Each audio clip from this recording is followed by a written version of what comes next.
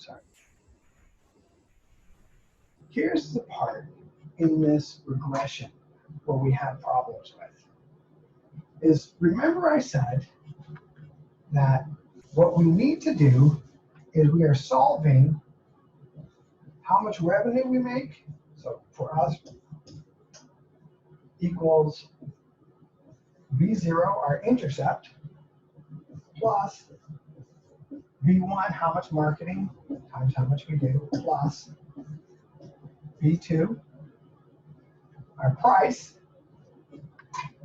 right? Plus V3, do we have a sale or not? Plus or minus our error. You're like, no problem. Revenue, intercept. This is marketing. This is our price. And then this is if we have a sale or not. And this is our standard error.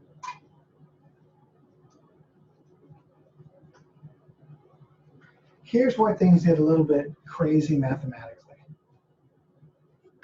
So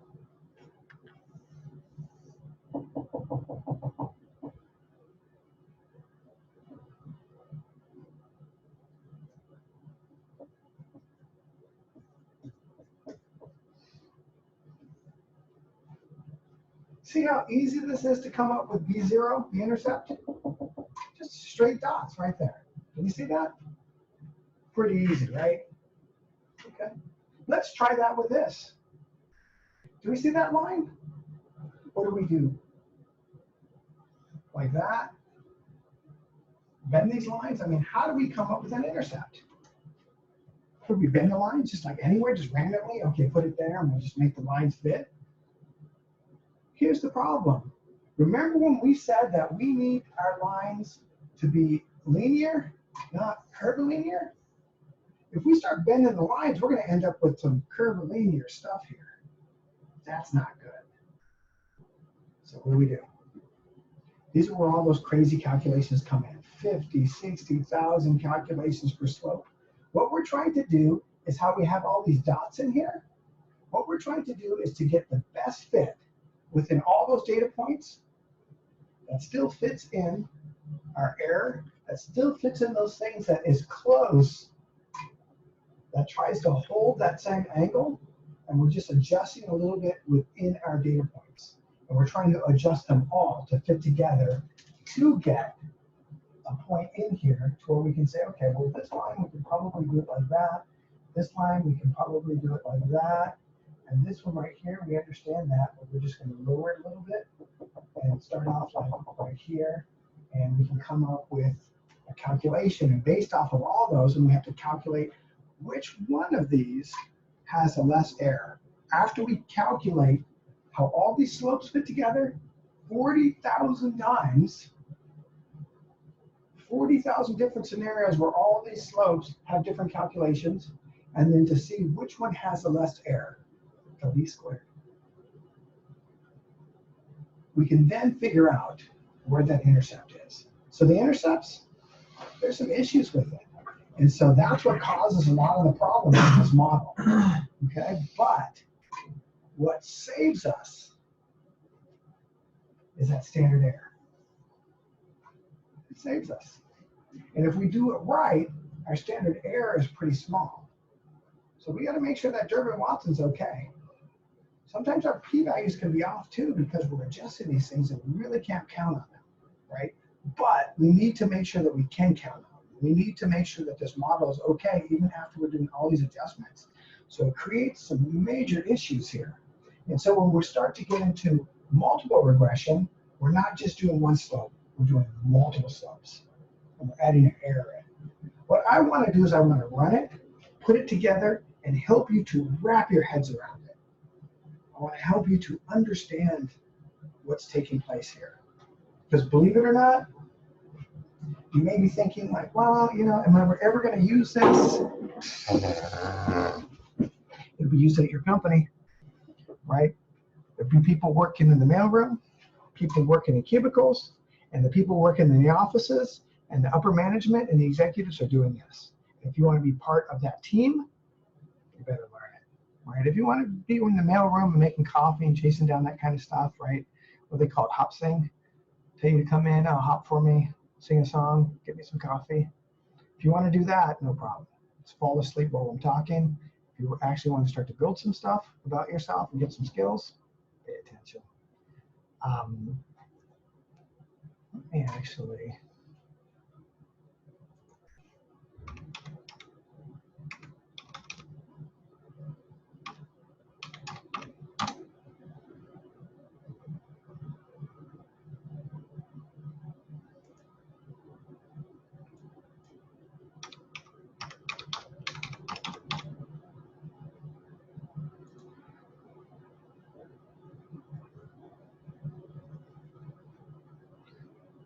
So I'm going to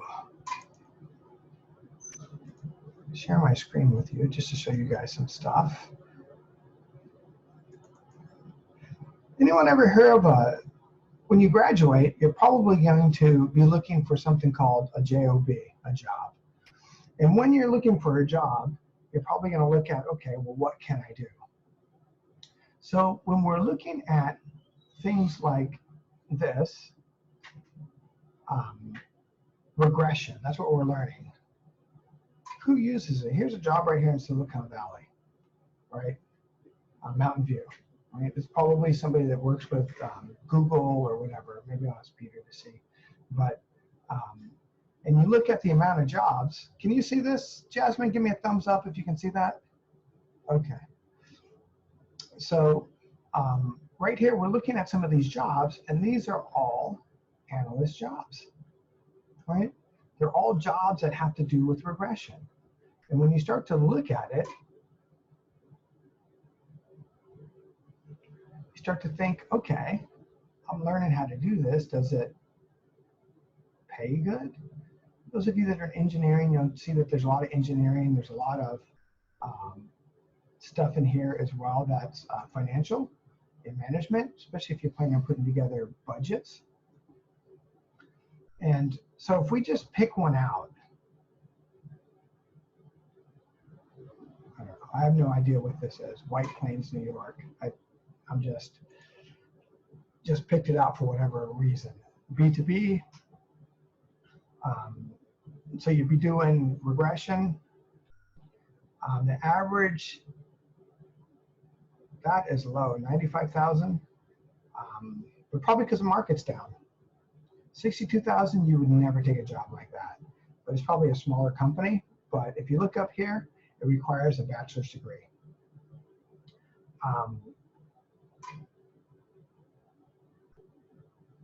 Contact. But anyway, most of them, when you start looking at them, the average pay for somebody that does regression, even just getting out of school, is somewhere around $80,000. After about 5 years, the average pay is somewhere about $500,000. If you're good, right? If you're good, it's about $500,000. You know, if you're just run of the mill, after 5 years, you should be making about $250,000. But let's now go to learning this stuff. Enough about talking about it. Share the screen. Okay.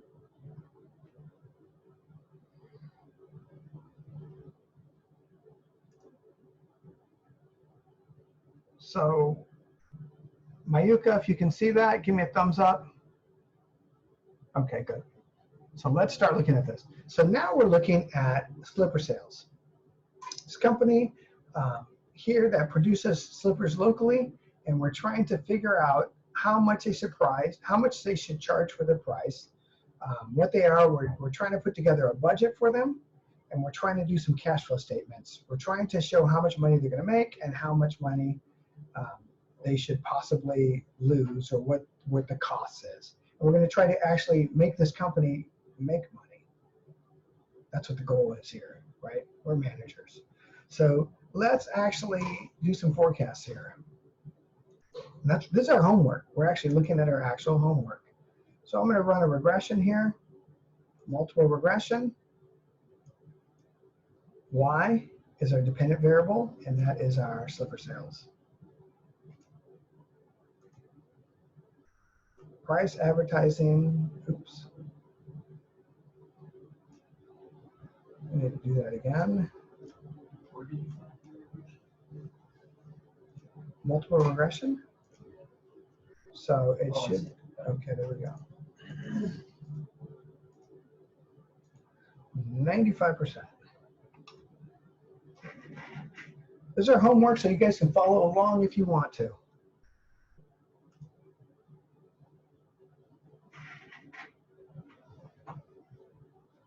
Okay, so this is our regression.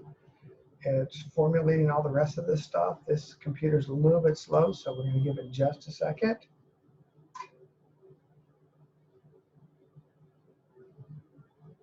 Okay.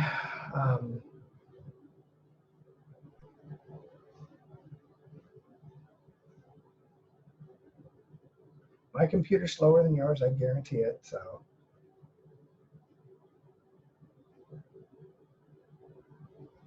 Chris, when you do the X variable range and the Y variable range, do you use the same range for both?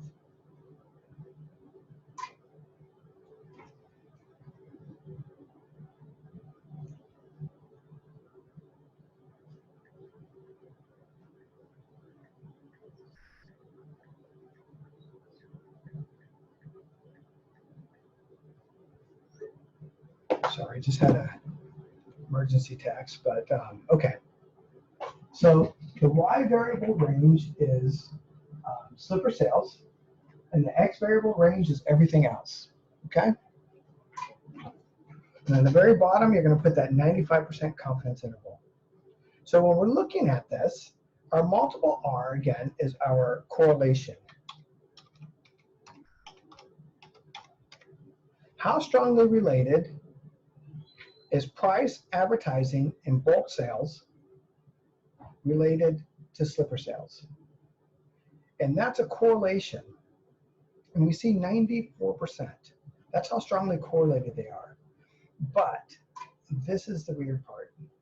Because we are actually changing those slopes, that correlation is really not that accurate. Okay, I get it. It's really not that accurate. So we're a little bit suspect with the correlation. So for multiple regression, we kind of don't really look at that correlation. The R square tells us how much of an increase or decrease in price, advertising, and bulk orders does it increase or decrease our sales. And so 89% of our sales has to do with the increase or decrease of price, advertising, and bulk orders. That's what that's telling us. Do we see that? 89%, almost 90%. So 11% has to do with something else. Who knows what that is? Right? So adjusted R square is we're taking R square, see that R square, and we're adjusting it for a sample size of 16 and for those three slopes. Why do we adjust our R square? Because we've adjusted our slopes. And so we need to adjust it to fit our slopes, and that's why we're adjusting it, right? Our standard error tells us how far our prediction will be off by. So here's an interesting thing that I just want to add, just to add. I'm trying to teach you here skills, not just to give you some busy work and teach you something so you can get by this class and possibly other ones. Hopefully I'm trying to teach you something that you'll have a skill that you can use in the future. I got an email, last semester, so about a month ago, from a guy, Tiger Fang. Tiger Fang is one of the people that helped launch Uber. And so he has another company that he's launched, and Bloomberg did an article on it. And he's using this stuff. He's like, oh my God, okay, I need some of my old work or that type of stuff. And I'm like, okay, let me send it to you. I keep copies of a lot of this stuff. And so it's what I'm trying to do is to give you a skill here for the future that you will be able to use for you. I'm not teaching here for me. Like, do I need to? No. right? I need to give back. God's been really good to me, right? And so I'm here giving back. And so I'm going to teach you some other stuff outside of this and show you what this is and how you can adjust and tweak this so you can move forward in your future. So when we have an R square or an adjusted R square of like 60, that would tell us that 60%, and I know ours is 89, I'm just throwing that number out there. It would tell us that 60% of the increase or decrease in price, advertising, and bulk sales has to do with our revenue. That would tell us that 40% has to do with something else. 40% has to do with something else. And so can we use something that's far off by? So 40% of our sales, we are missing a variable here. And so perhaps that variable is like, oh, tourism, right? Or economy, I don't know.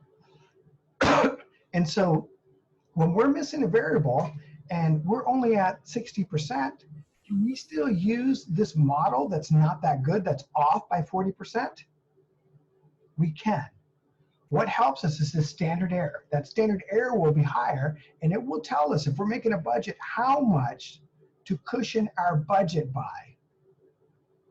That's what we're trying to do here.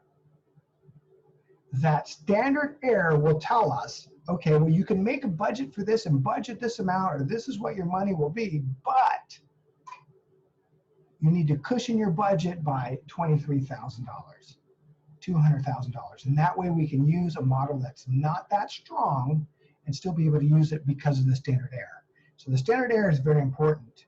Now, the standard error is only good if our Durbin-Watson's above 1.3. So, you know, we need to check our assumptions as well.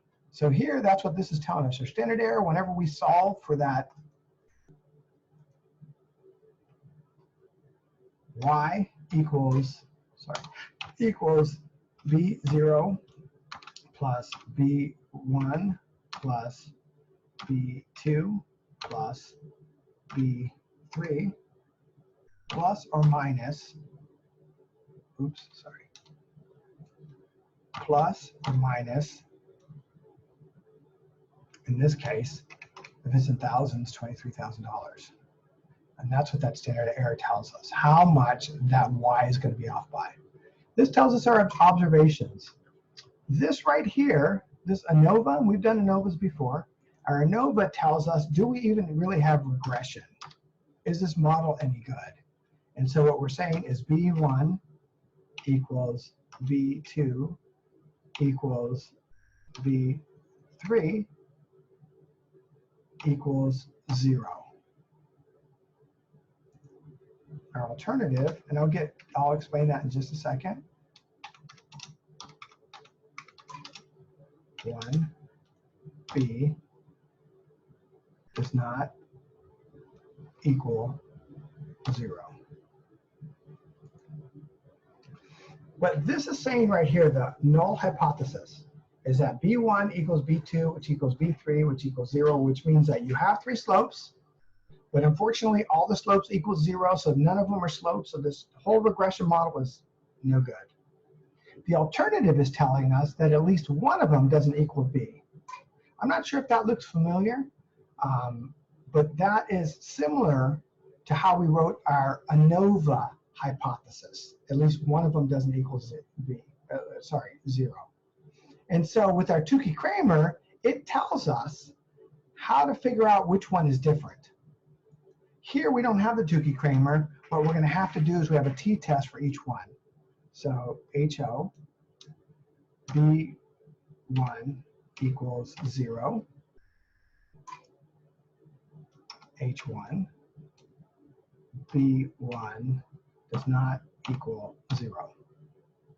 Then we'll test another one over here, HO. B2 equals 0. H1. B2 does not equal 0. HO. B3 equals 0. H1. B3 does not equal 0. Okay? So we don't have the Tukey-Kramer, so we're going to use this. We look down here and we find out that if we charge $0, we did no advertising, and we had no bulk orders, we would give away 304 slippers. We're doing slipper sales. For every dollar that we raise the price of our slippers, we sell about 6 less slippers. Advertising, for every $100 we do in advertising, we sell about 23 more slippers. If we do a bulk order, we sell about 98 more slippers.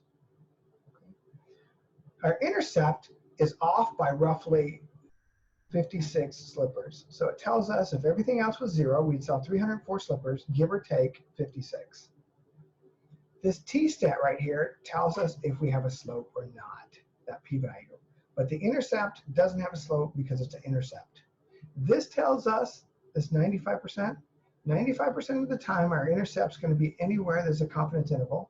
I'm 95% confident that this intercept's going to be anywhere between 182 to 426. This tells us for price, for every dollar that we raise from 0, we sell about 6 less slippers. I'm rounding off 5.99 to 6. Okay. We sell roughly about 6 less slippers, give or take 6 slippers. So that standard error is huge. See, this is a t-test, and that tells us if we have a slope or not. And you're like, how does it do that? Right? That tells us 95% of the time, for every dollar we raise it, we sell anywhere from 19 less slippers to 7 more. And like, well, how does that t-test tell us if we have a slope or not? This right here is a t-test. And what it's telling us is that's B0. The intercept's B0. That's B1, B2, B3. So I'm going to write it over here. B0, B1, B2, and B3. You with me so far? So when I write y equals B0 plus B1 plus B2 plus B3, that's just like this. B0, B1, B2, B3. So what it's saying is that B1 equals 0. So see the B1? See that number right there? That's a negative 5.99. Is that 0? So we're actually doing a t-test. Remember when we did a t-test? Our t-test, we wrote something like this.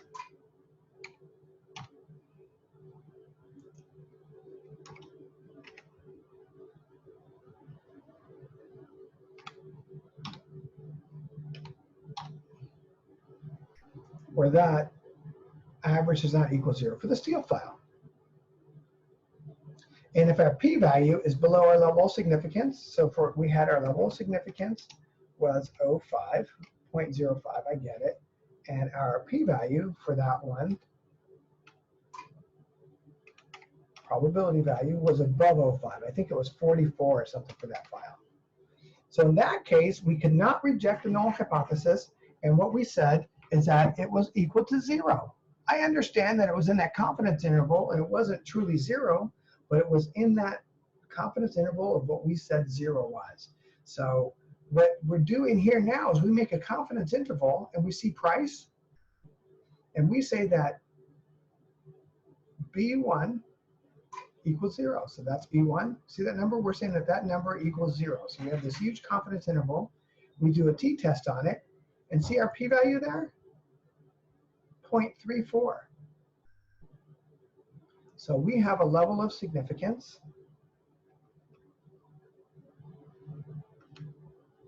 0.05, and we have a p-value of 0.34. That's a number right there. That's a p-value for a sorry. That's it right there. That's our p-value for the t-test. Do I reject the null hypothesis, Moana?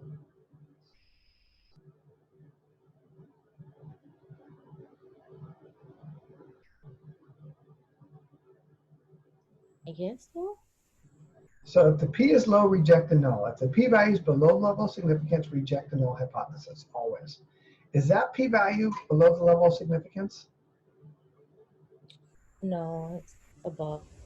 Do I reject the null hypothesis? Yeah. Wait a minute. Oh, is it less, right? Yeah, is it Yeah, less? it's more. Okay, so do I reject the null? No. No. So if I do not reject the null, that means that price is equal to 0. That means it does not have a slope. We can't use price for this. It does not have a slope. There's a way to fix it. We'll get to that. But at this case, we need to kick that out of the model. How about advertising? We're looking at advertising. We have a level of significance, 0.05. And for that, the next one for advertising, we have a p-value of 0.14.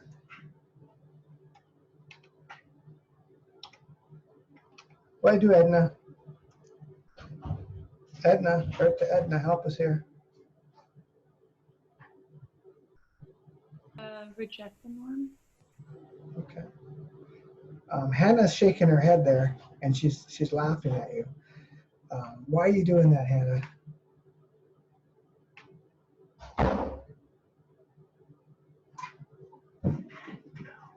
Do you reject? Huh? I'm sorry, what is your question? Oh, she was just laughing, I guess. She didn't even know why she was laughing. Okay, so what do I do here, Javon?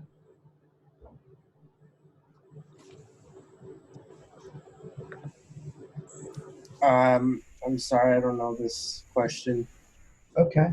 So what do I do, Karsten? Do I reject the null or not? I don't think so. No, there's insufficient evidence to reject the null because the p-value is not below level of significance. So the null says that there is no slope. The alternative says that there's a slope. So if I reject the null, then that means that there is a slope. I would say how confident I am in the alternative. Like there's no slope there. So guess what's no good? Price is no good in this model, and neither is advertising. There's no slope there. I know it stinks because here we are putting all of our effort into this. There's a way to fix it, don't worry. Right? We're going to fix this. How about, Garrison, bulk orders? So with bulk orders, we have a level of significance, of 0.5. We have a p-value. Wait. 1, 2, 3, 4, and a 3. What would we do? Reject the null? No, we don't. Yeah, we don't. You're absolutely right. There's insufficient. No, wait. Sorry. You did a Jedi mind trick on me there. Yeah, I did. You did. You like totally convinced me of it. Oh my God. Right? That used to only happen when I was younger. Right? Do we reject the null here, Mia? Okay, talk to us.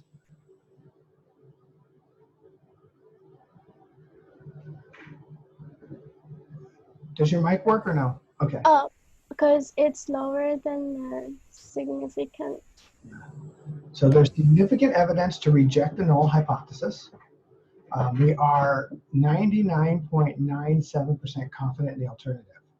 For the other one, though, in all honesty, for B2, because it's 14, we're about 86% confident, but we need to be more than 95. And for H1, we're roughly about, 66% confident in the alternative. But so the other ones are no good. So that's what we're looking at so far. And then we look at our assumptions, right? We can look at our assumptions for, So with our assumptions, we look at linearity, independence, normality, equivariances. So that's it for price. What we don't want to see is a smile or a frown. I'm going to add a trend line. Polynomial and R square. Remember, if R square is 2 or higher, we got a problem. Right there, it's 0.06, so there's no issues there. And here's one for advertising. Just pick one kind of in the middle. Add trend line, polynomial, R square.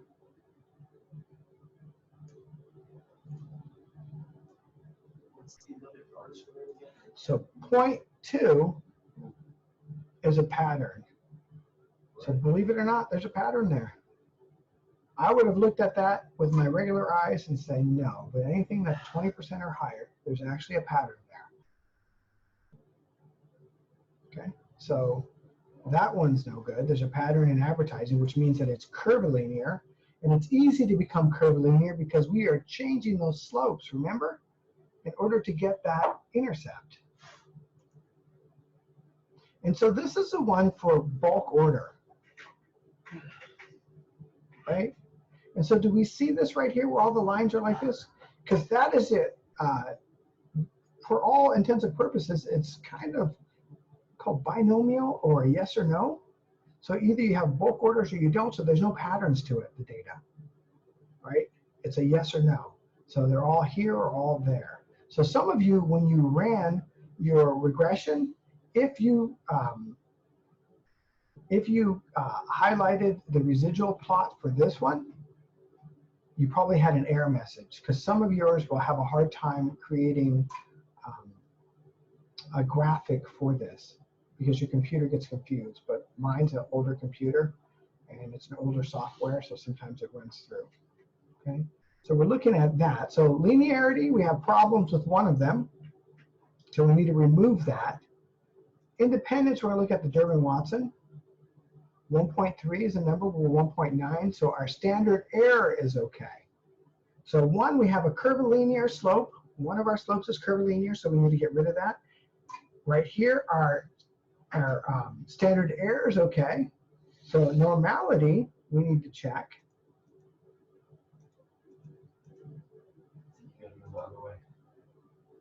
So residuals. So I'm going to run my normality. I'm going to run data analysis, descriptive statistics. Remember we had an assignment that all it was is running descriptive statistics? And that some of the students like, oh my God, this is so hard, I can't believe it. Now we run it in a couple seconds, right? It's not that bad. And then interpret it too. So here's our descriptive statistics. So what's that telling me? Our p-value is a little bit inaccurate, right? It's off by less than 1/10 of 1%, but a little bit inaccurate because that number is really close to whatever. So our p-value is extremely low, so we can reject our null still. But that's what that's telling us. And so our normality checks our p-value, and the last thing that we want to check, we want to put predicted against residuals because we want to check equal variances over time. So what we're projecting and what's actually happening. Insert, scatter diagram. And so I'm not seeing a wedge. So we're okay with that. So now what we want to do, remember how we calculated this stuff out by hand before? Where I said, what if the price of the pies were this? And what if we did this much advertising? So in the homework, what's the price of the slippers? Does anybody know? Do you guys remember? Do you guys see my my Excel spreadsheet? Give me a thumbs up if you, okay. What's the price for the slippers that we said on the homework? Do you guys remember?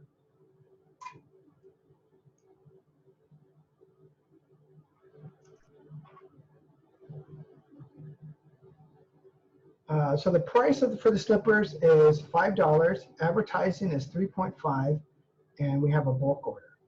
Okay. So $5. Price given is $5. $3.5 for advertising. 3.5. And we do have bulk orders. So I hit enter. See this number right here?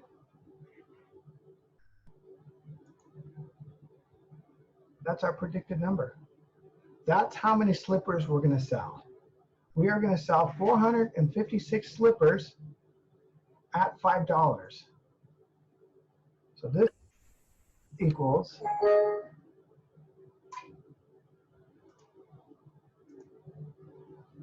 this right here should equal, it's going to allow me to do it.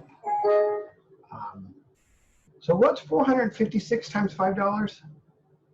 Help me there, Joseph. Can you say it again? Sorry. So 456 slippers times $5 is what? 2,280. So 2280. Okay, we're going to write that number down there. And so we're at $5, 350. So how many slippers are we making? 456 slippers. 0.38. So far, so good. Okay, now let's go. So that's how much money we're going to make based off of that amount of slippers. Now we are going to do this. I'm going to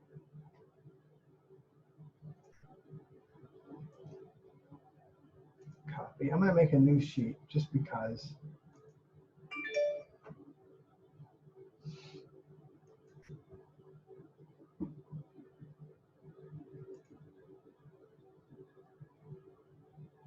Because I don't want to have all this stuff on one page. It gets me confused.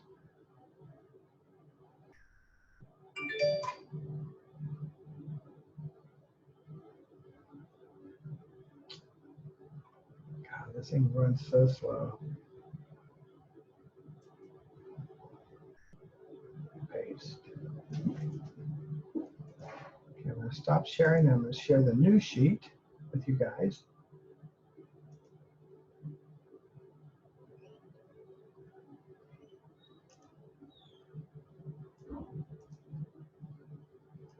Okay. Now let me run this one. Okay. Add-ins. Page that. Can you guys see this? Give me a thumbs up if you can see this, Moana. Okay. Multiple regression. And so we're going to run costs. So we just ran our revenue. So when we're looking at cash flow statements, right? When we look at our cash flow statements, we're going to have revenue on one and costs on the other. These are our monies going in and our money going out, right? Oh, we probably need all those. And 95%.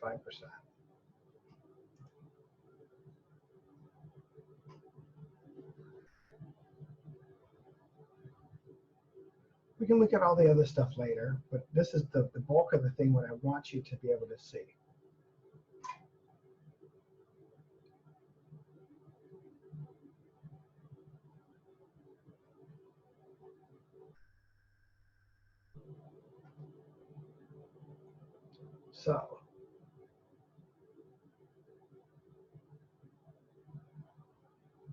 So how much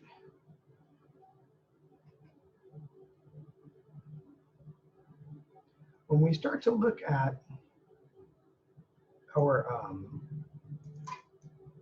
variable costs, so how many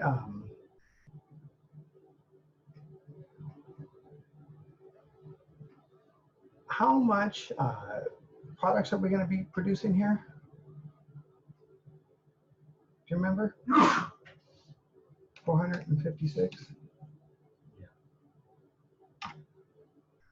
And what's our variable cost as far as per unit?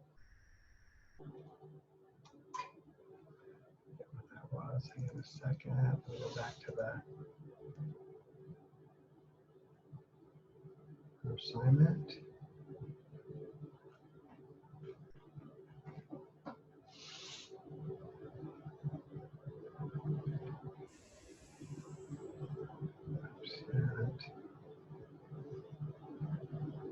So we have fixed costs of $100.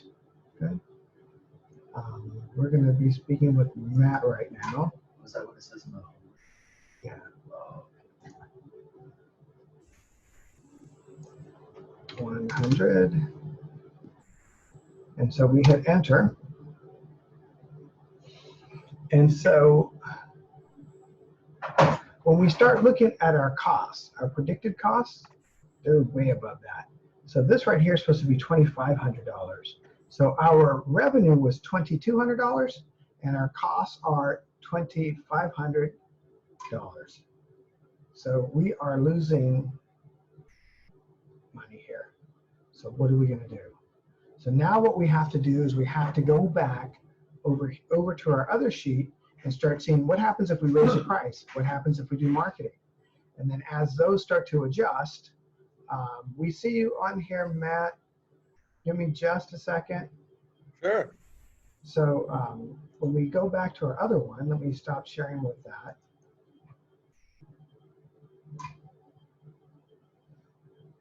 And I'm going to share this one again. There's one. Slipper sales. This is where the homework takes off, where we actually start to learn something.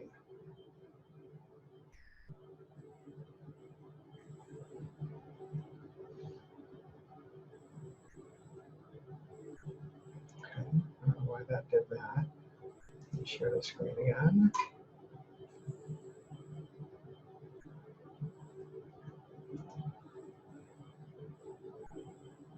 No, that was the right one.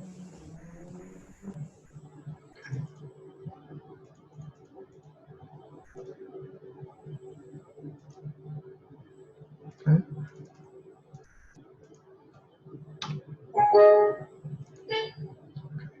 So can we go in here and adjust the price? Instead of $5, let's do 6. Or I don't know, let's do $8. Okay.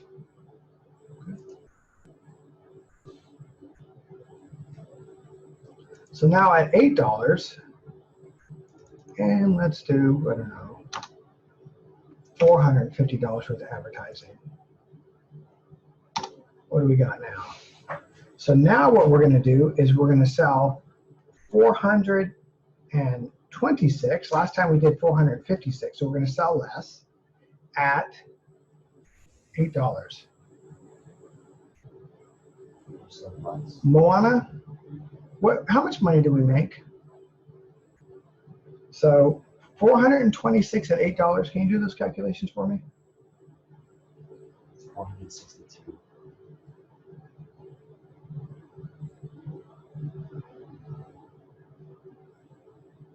So $8 times 426 units.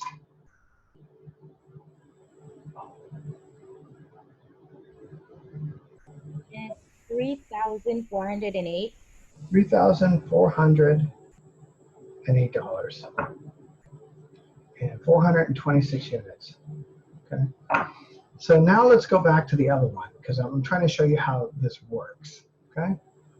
And then we're going to put Matt in there because, and I thank you, Matt. Just be patient with us just for a few minutes. No worries. No worries. And we are blessed to have you with us.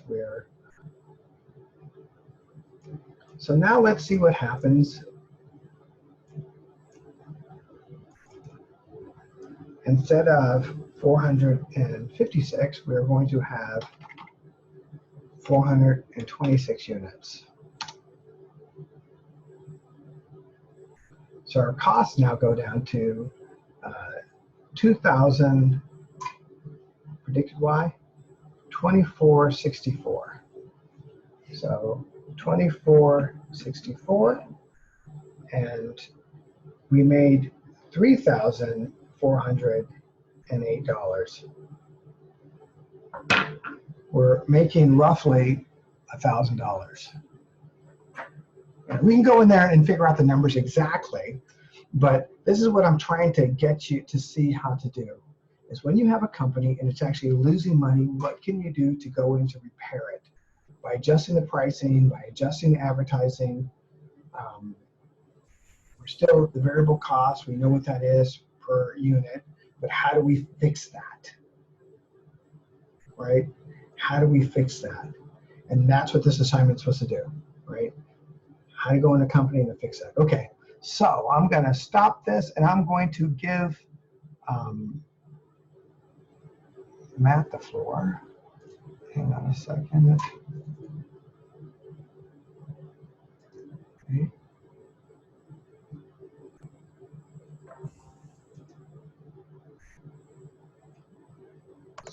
Let me. Okay, there we go, Matt. Okay, so without further ado, boom, boom, boom, boom, boom, boom, Magic Matt. So Matt comes from us from the wonderful city of New York. I'm only saying that because of all that COVID stuff, but anyway. So Matt comes from us from New York. He's actually in Manhattan. He works for a very high-powered law firm. He's one of those shakers and movers. He's one of those people on the move up. When you start reading your textbooks about, he works in finance, so whenever they're doing some large financial stuff, let me take a step back. So he's a lawyer working in a law firm, and he works for a law firm that they look at these financial documents to make sure that everything is in a line. And if your forecasts are off, Matt's going to come and slam you. Anyway, so without further ado, we can talk to him. He can just tell you a little bit about, I guess, finance or the market or whatever, whatever it is. Maybe some of you are thinking about going into law, and you wonder how law affects us, or maybe some of you are. Every semester, I'll have a student that'll be like, yeah, I'm going to move to New York and I'm going to be a trader. And they think that it's a wonderful lifestyle, but little do they realize that they'll be like 25 years old, bald-headed, on all kind of stress medication, stabbing their brother in the back to make $25 and realize that they're making same amount of money as a Walmart employee, if that. Always on the verge of getting fired. But anyway, Matt, without further ado, boom, take it away. Educate some of these. Chris, thanks for having me, and nice to see everyone. Thank you again for having me. Chris said my name is Matt. I am in New York. I'm originally from Massachusetts, and I went to school in Colby College in Maine for college, undergraduate. And then after that, I had enough of the snow, so I went to Brooklyn Law School in 2012. That's when I moved to New York. And so I graduated Brooklyn Law School in 2015. And I started, so I got out in May, and then in September after that year, after taking the bar, I started at a firm, my first firm. I'm at my second one now. That was called Clifford Chance. They're a British-based firm, and I was there for about 3 years, just under 3 years, doing all sorts of stuff. They kind of threw us into all sorts of different projects: finance, antitrust, corporate stuff, insurance, other stuff I'm forgetting as well. I wound up kind of focusing on aviation finance, and that was for like the last year I was there. And then in July 2018, I moved to my current firm, which is Kramer Levin. They are also in New York, although I am at home right now because, as Chris mentioned, the world was temporarily ending in New York, and COVID really hit us hard, but we're getting better. We're doing better, much thankfully. And so now in my current job, As Chris said, I focus on finance, and specifically, I work with both lenders and borrowers. I would say the main client is a private equity fund firm, which has different funds, and they basically what private equity does is they go in and they look at companies that have potential for something to be made better. They look for maybe management could improve or some processes could improve. Basically, they want to take their know-how, make the company a little, buy the company, make the company a little better, and then eventually sell it. And then that's where the profit comes from. They and so what we do, we represent them, and I represent them in the financing of that. They'll always take out a loan to buy the company, and that way they kind of preserve as much of the investors' money as possible for when they need it. So we do, and those are called acquisition financings, which is a lot of what we do. And then we also do a bunch of random stuff. We do some, right now we're working with the bankruptcy team because obviously a lot of companies have gone and are going bankrupt due to the COVID pandemic. And we help out the corporate team with different random stuff that may come up. I would say the most random thing I ever had to do was look at a divorce agreement because there is a loan at issue, and it was the husband really hated the wife and vice versa, and they didn't want to split the loan. But that was about as random as it gets. Usually it's just kind of the standard corporate loans and acquisition financings and things like that. And I will turn it over to you guys. Or Chris, did you have anything else that you wanted me to address? Or I'm happy to take any questions from y'all. Ask some questions, guys. Ask away. Don't be shy. Some of you guys are getting into finance. Some of you guys are getting into accounting. And it doesn't matter if your accounting is off or your financing is off. The legal aspect is huge within the business community. And it's kind of nice to speak with somebody that's in one of the financial capitals of this place that we call Earth. And they're in the thick of things, and they actually see this stuff, how it's done, how it works, and they're close to your age. Because a lot of you, in my opinion, you're probably feeling like, you're graduating. Do I know anything? Can I survive in this? What does it take to do that? You're probably looking at Matt like, how does somebody as young as him actually get, and the stress has made him look older. I mean, like, how does somebody at that age climb that ladder that quick and get to that level, right? And perhaps you're thinking like, can I get there? What does it take for me to get there? How can I? And so you may have some questions, some concerns. So a lot of us, we just worry about stuff. I get it. And so go ahead and ask away. It's your opportunity.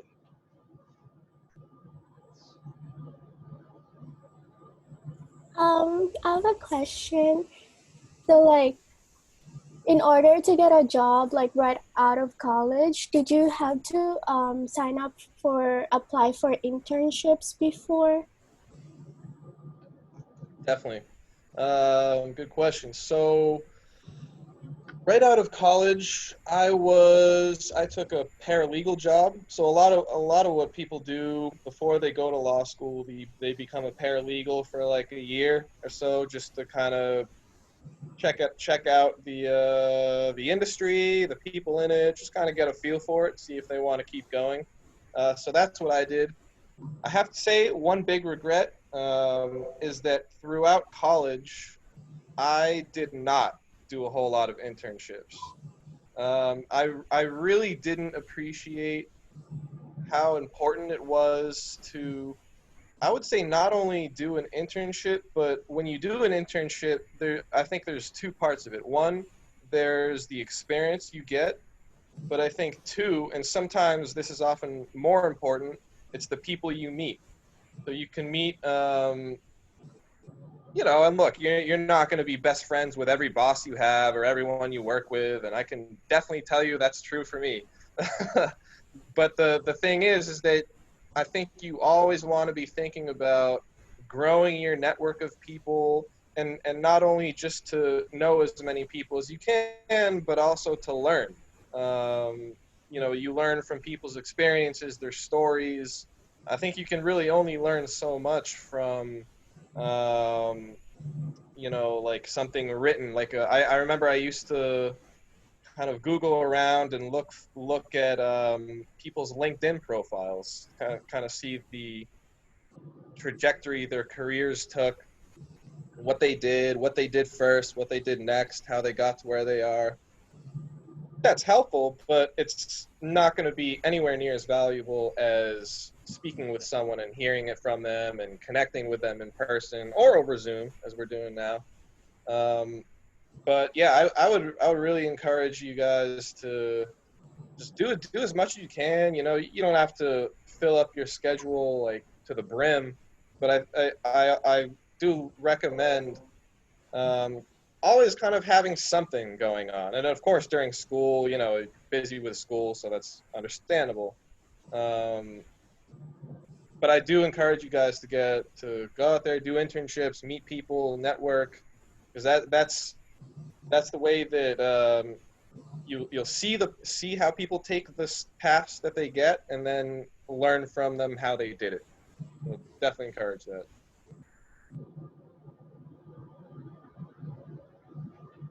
And to Karst, be clear, that's something I did not do, so that's why I'm really encouraging you guys to do it.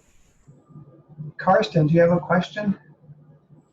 Yeah, so I'm a paralegal right now for this firm on Big Island. And I was just, how was your experience with the bar? I'm thinking out. Like the bar exam. Yes. I can put it to you like this. So I did a Barbary. They're one of the main kind of bar exam test prep organizations, and I went. I think it was like right before Memorial Day to pick up my books. And on the subway back, I was, you know, paging through one of them, and then there's this guy standing nearby, and he just said, "Oh, dude, that sucks. I'm so sorry. Your summer's gonna suck." And I looked up. I was like, "I don't really like what you're saying to me right now."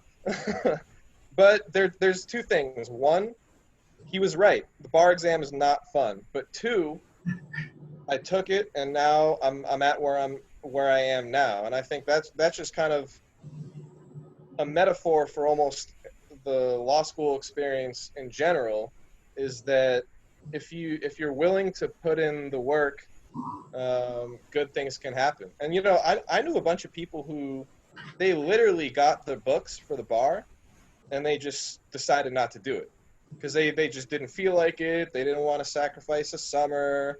And look, you're not sacrificing your whole summer, but at the end of the day, it's a pretty good thing to have on your resume that you took it. So I think in life, as they say, you'll always want to find a kind of balance of, you know, do you want to be working all day? Do you want to be hanging out on the beach all day? You want to do something in between, but at the same time, there's no substitute for hard work. There just really isn't. Um, I remember when I was in college, I spent a junior year abroad in Argentina, and my friend he spent his year in the London School of Economics. And our experiences were very different. I basically did not do a whole lot of stuff academically. I was, you know, just traveling and hanging out with people, meeting people. But he was doing a much more involved program with much more work. And I remember when I came back senior year, I was with a friend, and we were in his room, and it struck me how organized his room was. He had, you know, everything in the proper spot, and it was clear to me and that the year abroad for him kind of instilled in him this idea that hard work will really get you places. And, you know, he's not one of these people who locks himself in the library and you never see him. Like he prioritizes spending time with people and doing things for himself, but he also knows how to work hard. So all that is to say, the bar exam was awful. I hate it. And I'm very glad that I did it because it made me work hard and it got me to where I am today. Thank you. Of course. Do you have a question for Mayuka?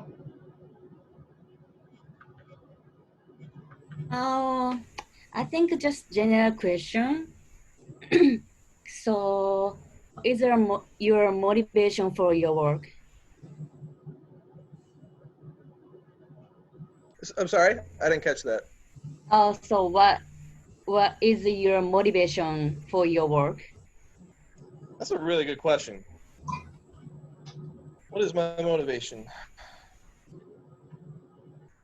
For me, I've discovered that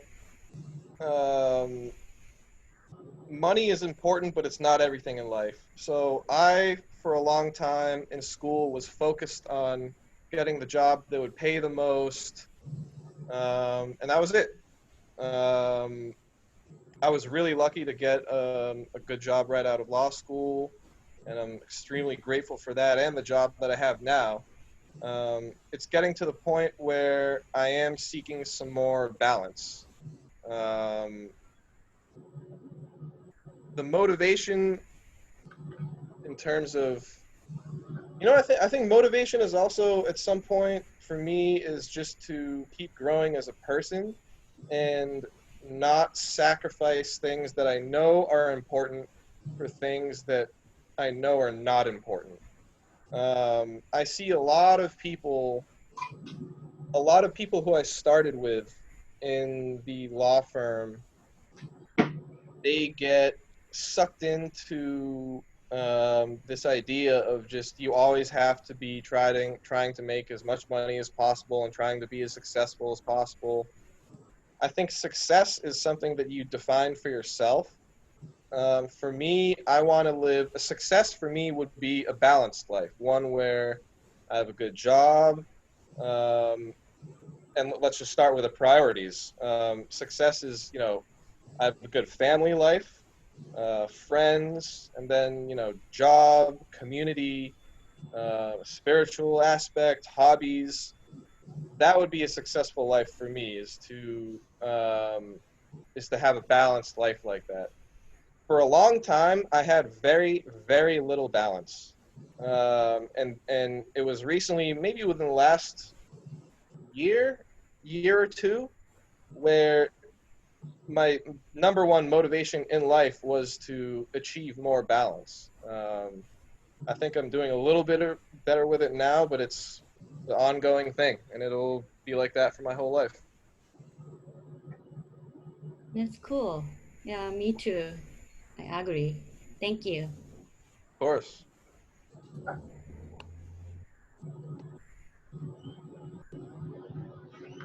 you have a question for him, Edna?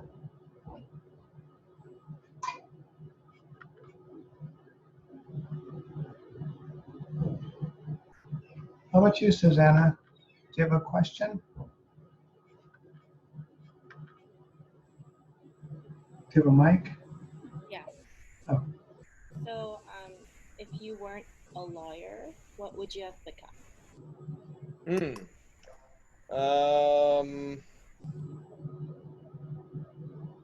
I think I would have gone into real estate somehow. It was actually in my second year of law school during the summer. I was interning for a firm that did real estate work and related litigation and stuff like that. It was kind of the first time that I really saw the power of real estate from a personal finance perspective.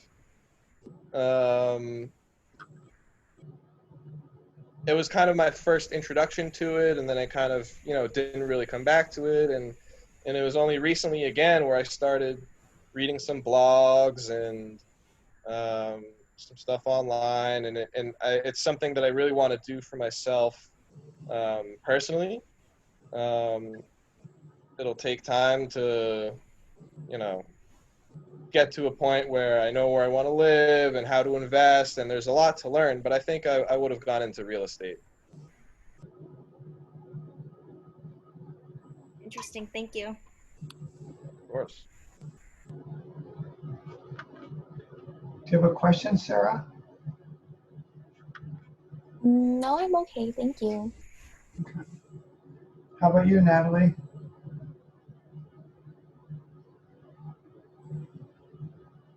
Jasmine? Not that I can think of. And Moana? Where are we at? Have a question? Oh, did you call me? Yeah. Do you have a Oh, question? okay. I'm kind of like I'm gonna be a finance major. Well, I haven't taken any courses yet for that. So I did you say you got your bachelor's in finance? No, my bachelor's was in history. Oh, So yeah, much different field. okay. I was gonna ask if that's a good field to go into. So I went to an event at Boston College once, and they said that a lot of history majors either go into law school or business school. So something to consider, I guess. But it's never too late. I would say if you want to do something, do it. I think there's a quote by Warren Buffett to that effect, that it's like if you're not doing what you want to be doing right now, then what are you doing? Life's short after all, so it's never too late. Thank you. Sure. Do you have a I have, question, I have please? another question. Sure. Bring it. So, Matt, if you weren't a financial major, how did you hone your financial skills? Sorry. Sure. I learned a lot about finance at my current job. So, as I said, in my old job, I was doing a lot of work with aviation finance. That's a very specific field, and unfortunately, it's pretty repetitive because you're just dealing with planes all the time. It was only at this job where I started doing loans for corporate level loans to different companies. So I learned, before this job, I had no idea what EBITDA standed for, or some of these other financial concepts, or even, how companies report their financials and different things that are important to them when they report and things like that. So it was only very recently for me that I kind of started learning about this stuff. At my other job and before, it was very minimal. So it was kind of an on-the-job experience. Great, thank you. Of course. Do you have any questions, Garrison? Yeah. How much? Matt, how much year of schooling did you do? So college was 4 years and law school was 3 years. So 7 in total, I guess, after high school. Yeah, Hard to believe. Yeah, I'm going on 5 or 6 years. And I would really encourage you not to worry about that at all. I had a lot of anxiety, to be honest with you, taking a year between college and law school, because I felt like, oh man, I was, missing a year, and all my friends are kind of, they have their plan, they know what they want to do in life. Yeah. I didn't have a damn clue what I wanted to do. I kind of went to law school almost at the suggestion of my parents. It's something I was interested in too, but I had no idea what I wanted to do. And I definitely felt that pressure. And it didn't come from anywhere. It just came from me, that I have to be doing this at this age, and at this age I have to be at this point in my life. Like, who says? It's your life, Yeah. Your life. Awesome. Thank you. A lot of people and social media and media tries to tell you like what it should be and what it is, and as time goes on, I couldn't disagree more with what most of the world says about what life should be. Yeah. Cool. How about you, Javon? You have a question? No, you already answered my question. It was something about like if what did you would do before you would be a finance person. Yeah, yeah. How about you, Hannah? No, thank you. Okay. Mia, do you have a question? I already asked earlier, but I don't have any more. And how about you, Wilfred?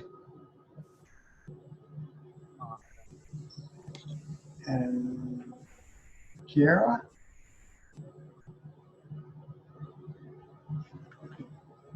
What are some skills that you found that are better? Sorry, one more time. What are some skills that you have found that are like better to have? Relevant skills. I would have to say probably one of the most important skills in any job is organization. Um, as a first year lawyer, a lot of your work is kind of literally organizing documents and keeping track of them. And people will ask you if you have, this thing, and can you send it either to me or to some other person quickly. Organization is huge. There's so many people who are just not organized, lawyers included, and it's a little bit horrifying sometimes. But organization, I think, it's one of those. It's kind of one of those things that it's almost like a first impression. Um, it can really set you apart from a lot of people in a job environment or even in any environment. It just shows that like you know what's going on, you see what goes where, what needs to be with what, and you're on top of it. And obviously, there will be things that you don't know, and you'll have to ask questions, and it'll get complicated. That's definitely going to happen. But I would say organization is number one, and probably either tied or close second, or even first in terms of importance would be a good attitude. And it's funny that I'm laughing listening to myself say that now because at my current job when I first started, I really hated it. I did not want to be there. Within about a couple months, I was already looking for a new job, and it was not fun. And it was especially not fun because I made it that way for myself. So the good attitude, it goes two ways. One, it'll show others, the people that you're working with, that you're engaged, that you can be relied upon, etc. But even more importantly is it's for you. That if you wake up on Monday morning and you're just like, oh my God, like this again, like another week of this nonsense, it's going to be a pretty daunting Monday morning and Monday afternoon and the rest of the week. But if you can kind of force yourself to change your perspective and just kind of accept what's going on wherever you are and make the best of it, I think that'll also get you really far. So I would say the attitude and organization are just two skills that are just so important wherever you are. Thank you. Yep, of course. Do you have a question, Rose? Mia asked the internship question, but when you were in college, did you ever have like the tendency to compare yourself with others, and how would you like not think that? It's funny you ask that because I compare myself all the time to others, and it drives me crazy. It literally can drive me crazy. You stump me. If you have an answer for how to stop stressing out about how to compare yourself to others, then I'm all ears. But for me at this point, I've been out of school for 5 years, so I've a vague idea of what I'm doing at work. So I've developed a little bit of professional confidence, and it's a little easier than it was. I've definitely had a lot of conversations with my parents about confidence in myself, confidence at the workplace, thinking I can't do this or I'm not good enough. Um, but at the end of the day, somehow I just like kept pushing myself, and look, if you're at a job and you really want to be there, you want to learn, but you just kind of don't feel confident and you feel like you're not as good as everyone else, do it until they fire you. And what's probably going to happen is that the other people will see you working hard and trying to learn, and they'll respect that, and it'll only help you. But comparing yourself it can cause a lot of stress for you, I've found. So it's, I think, a little bit similar to what I was telling Garrison, is that there's a lot of the world out there has a lot to say about how you should be and how you should live. And at the end of the day, as long as you're trying hard and doing your best, do you, you know, do you.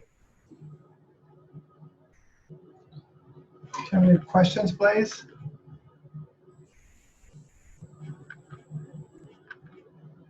So no? Oh, no, sorry. Oh, okay. The mute wasn't working.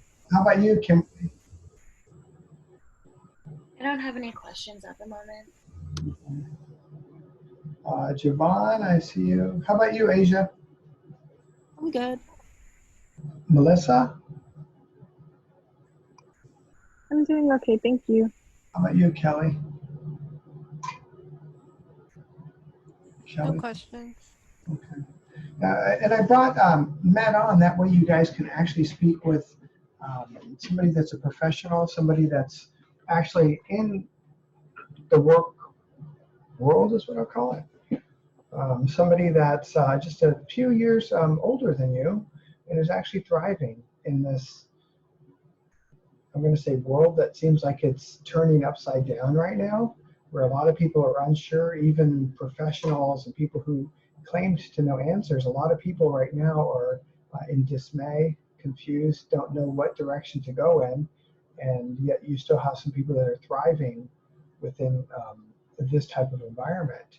And I think sometimes that resiliency, and so it's nice to bring somebody in front of you that's resilient enough to still be thriving in this type of environment and moving up and forward, that's close to your age, that you would imagine somebody that would be this young would still have some issues with maturity and focus and stuff like that. But Matt's on his way up. He knows where he wants to go, or is able to make plans, and able to stay balanced within this unbalanced time period within this human experience that we're living right now. And so I thought I'd bring someone like that to you guys, especially when you're in the staging point of readying yourself to that get ready and go. So when you see somebody that's already got ready, went, right, then you can see, okay, how did you get there? What did you do to get there? And so when you can find out that mix or that approach that Matt used, and perhaps you can question him to see, that way perhaps you can perhaps have the same success that he's had over just a few years, right? I mean, he's 7 years in college and a year in between 8, and so just a few years and after law school, he has really just skyrocketed up in one of the hardest places to make it in, and he's thriving. And there's a reason for that. It's not by luck or by happenstance. It's because of some of the core things that he has, and some of you guys have been asking some of those core things, like how'd you do it, right? There are definitely some people, where Matt's, just out of his 20s, where there's definitely some people that are in their 50s that are in the law area that aren't as successful as him, and they're in the field like 30 years, right? And so how does he do it? Right? How does he do it? And that's one of the reasons why I brought him in front of you. And he does work in the finance field, so it is in the same area that we are looking at doing these cash flow statements today. And so I thought it would be a perfect fit where somebody that's actually looking at these things, you can actually come up front and center and face and speak with. That was the goal for today. I'm not sure if you guys have any more questions for him. Do you have any questions, Ethan? No. I think someone asked I was just curious as to how he got his financial skills being in law, how his degree was law, how, I guess, like the pressure he felt feeling, I don't know if he felt like the need to sort of catch up, if he had any prior knowledge. That was basically my question. Like, going into a work environment where you're specializing in something that isn't necessarily something you have a ton of experience in, how did you learn or properly equip yourself to be in a finance specialized, law firm, as opposed to someone that's solely like a divorce court or something that's so law. Okay. But he answered that. Yeah. So here's just a thought that I want to put out there to you. And so a question. So Matt, did you? And so we all go through this. I myself have went through the fire, and to where you think like, well, possibly I can't make it. I'm going to have a hard time. And one thing that I used to always tell myself that was told to me by somebody else is fake it till you make it. What do you think about that? For these people that feel like they're not ready or they don't have that skills, expand upon that. 100%. I mean, I had a lot of insecurity when I started my first job out of law school. I was really lucky to get the job I had. There was an alumni from my school who was on the hiring committee at the firm where I got my first job. And so he was the one that helped me get in. There were a lot of people who I started with who went to better law schools, had better grades, had a better resume. I was over there when I first started. I remember telling my parents, like, look, if I just make it 6 months, then I'll just have it on the resume for a little bit. I could probably go find something else. If they don't like my work, they don't like me, they'll fire me, this, that, and the other. So many of those conversations we had. But I didn't quit. I just kept showing up to work, and I wasn't, broadcasting the fact that I felt like I had no idea what I was doing. And to a large extent, I still have no idea what I'm doing. I have a little bit better idea, but I think at the end of the day, you're in a more similar boat with other people than you think, especially when you're just kind of starting out. And yeah, you just keep showing up to work. Like, if if you get a job and you feel overwhelmed, if you keep showing up and they keep paying you, things are going pretty well. It may not like feel like that, and I struggle with that too. But I think in anything is, if you show up and you try hard, and you know what, even if they do fire you, it'll be a good learning experience, and they won't fire you because you didn't try.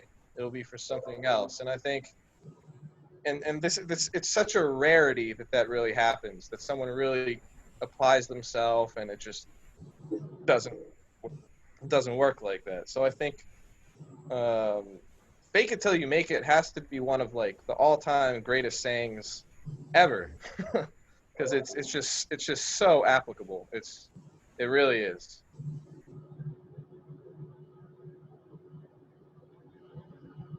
Karsten, you look like you have another question. You're interested, or you want something. Go ahead. Oh no, I'm okay. Thank you though. So seeing you like, okay, I got this. I thought, okay. He's getting close to the camera because he has. How about you, Kimberly? Did I ask you already?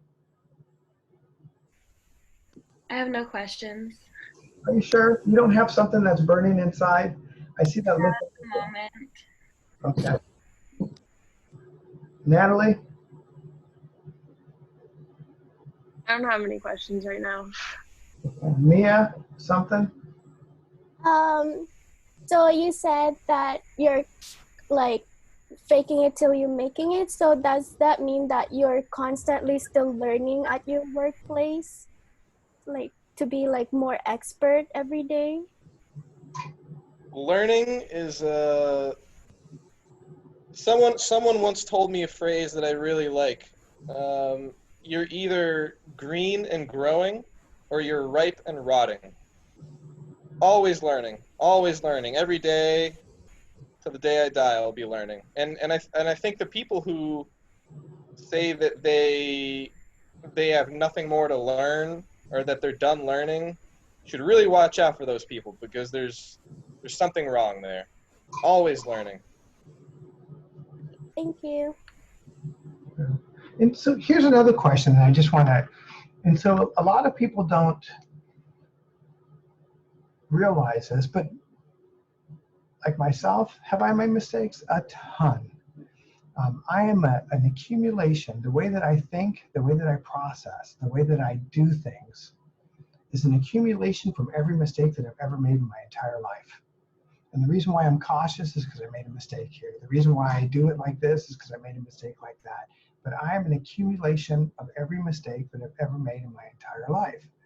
Somebody once told me, only a fool trips over, help me here, Matt? Trips on what's behind them. Only a fool trips over something that's behind them. And so when you make a mistake and it's behind you, don't trip. Don't triple over it. Because only a fool trips over something behind them, right? Move on, right? You make a mistake, something doesn't work, move on. Don't trip over it behind you. And I think it's a word of wisdom. I'm not sure where it came from. Actually, I've been told, but I think it's a great piece of advice. You know, so when you make And that doesn't mean that you should not have a lesson learned. You know, all mistakes, you got to have your lessons learned. But to harp on it, to beat yourself up over it years later, doesn't do you any good. I agree. I forgot to mention that. Thanks for that. The lessons learned. And then create some type of, I would say, structure for yourself to incorporate whatever it is you learned into your life so you don't keep on making that same mistake, right? Because only a fool would make the same mistake twice, right? You want to make sure that you're not continually making the same mistake, right?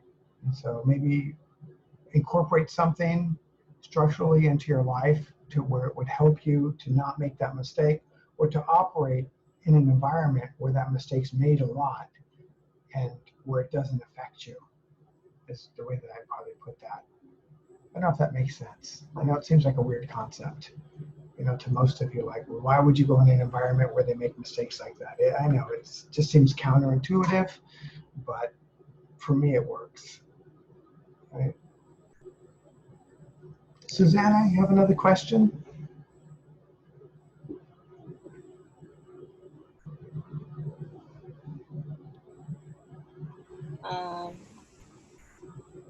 Do you have some tips on effective networking? Effective networking. I would say for effective networking, first of all, it just takes effort. You just kind of have to do it, you know? And I remember I thought of networking as like, you know, walking in alone to some sort of like god-awful cocktail party at the office, and you don't know who to talk to, how to talk to them. And with that in mind, I was pretty content to live a life with no networking. but that's not what not what networking is only. You know, networking is, you know, branching out in the different communities that you're involved in, the different groups, different friends, different events, talking to random people. Networking, I think the best kind of way I could describe or how I kind of view approaching networking is networking can happen at any time, at any moment. It can happen on the subway. It can happen while you're waiting for a coffee. Um, I think the key is to be open to it. Um, in New York City, you often learn that strangers can be a little weird, and so you don't always want to engage with them. But in reality, I try to keep myself. I would say after what 8 years of living in New York, someone might feel pretty jaded, you know, about people generally, just given what you see in New York. I'm very happy to say that I am more open-minded and more accepting of people as time has gone on, and that's through a lot of, you know, work on myself and my perception of the world and my perspective. But networking can happen at any time. I was on the train, for example, from New York to New Jersey. I was visiting a friend, and someone like did something dumb. I can't remember what, but they just did something stupid, and me and someone else started laughing at it. And we both noticed that the other one was laughing at this person. So there was like a little connection, and we just started chatting. All of a sudden, we're chatting, and this guy is a real estate agent in New Jersey. I was at the time and still am thinking of moving to New Jersey at some point. And so now he's a contact. I have his phone number, and do I talk to him every day? No. Do I hang out with him on the weekends all the time? No. But I've expanded my network.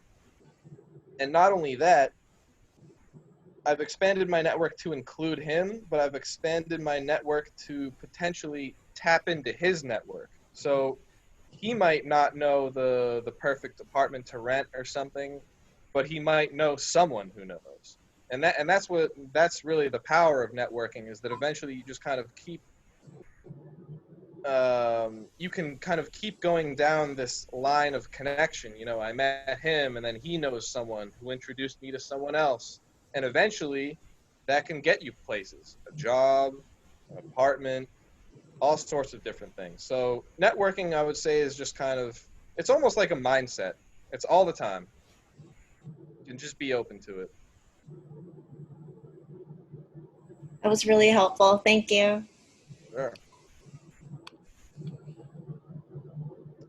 Chris, unfortunately, the powers that be are emailing me. Okay. All right. Well, thank you so much, Matt, for spending time with us. We appreciate it. Oh, thanks for having me. It's nice meeting you all. All right. Thank you. All right, guys. Does anybody have Thank any? you. Aloha, Matt. Take care, brother. Aloha. Take care. Come home, babe. Sorry, that was my nut side coming out. Do you guys have any questions for me, or are you guys good to go? Anybody have any? I had one question. Sure. So for the slippers example, Okay. the Excel spreadsheet, so how did you get the significant difference from that chart or analysis? Significant. Show me your, so you can show me your screen. Show me what you're looking at, and. Well, I don't have the Excel spreadsheet open. Okay. So I will show you mine then. So are you looking at the costs, or are you looking at the revenue? You know how we were comparing the significant difference to p-value, and how we like rejected the no or not, to make depending sure, on, yeah. Make sure they. But I didn't know where you got that 0.05 from. Okay, no problem. Let me show you. Can you see my screen right now? Give me a thumbs up. Yeah. Okay. I am going to go to. Okay.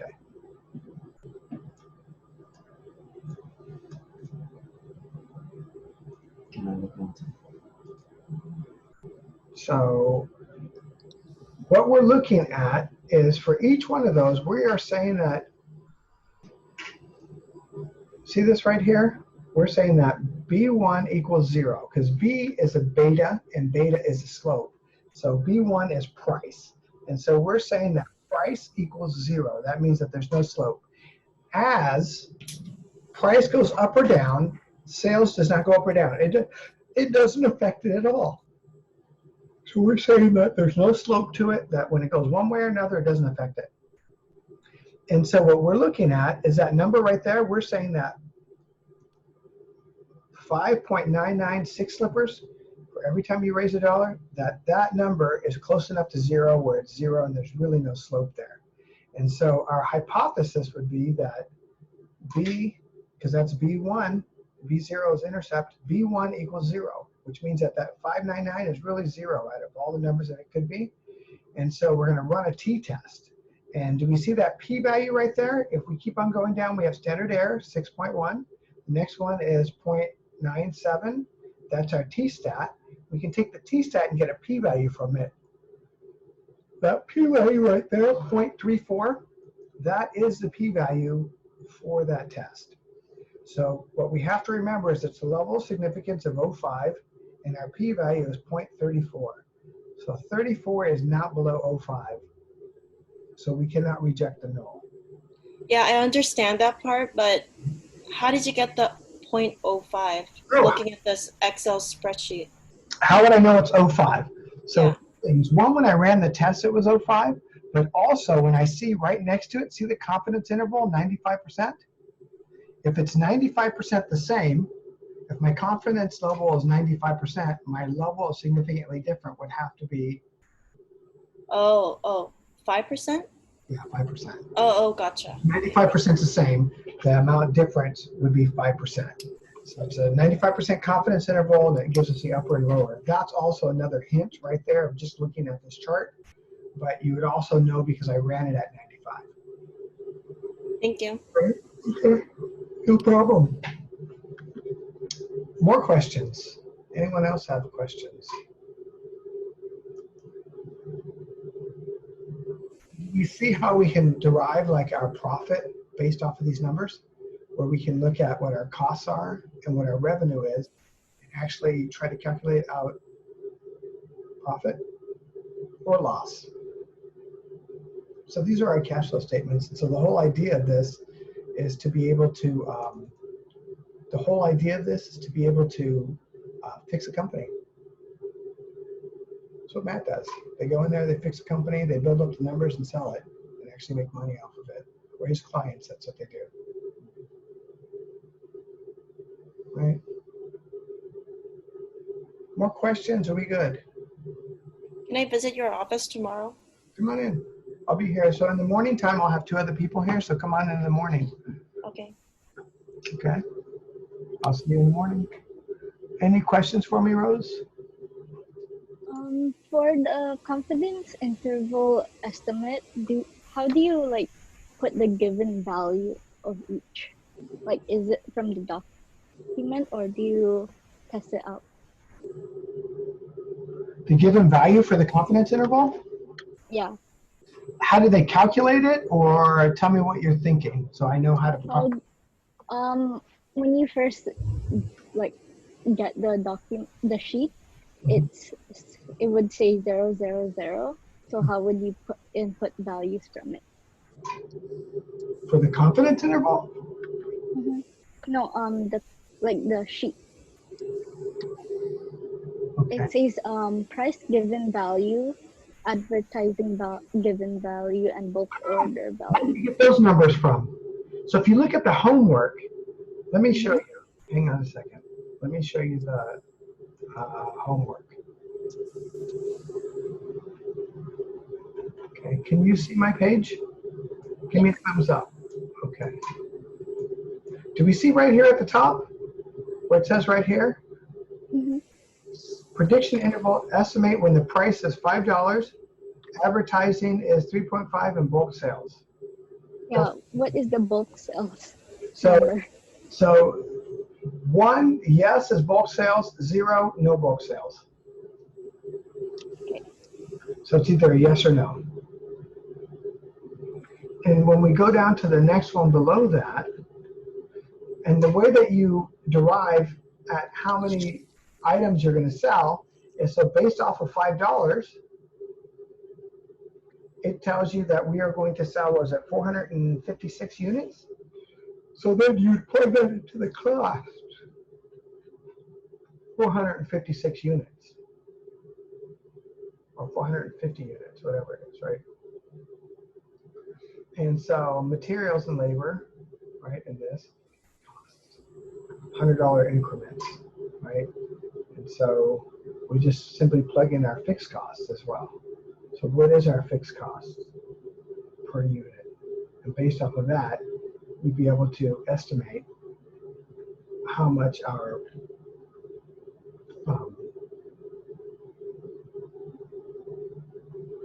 how much money we make or not. And this is looking at our profits. So we're actually forecasting out here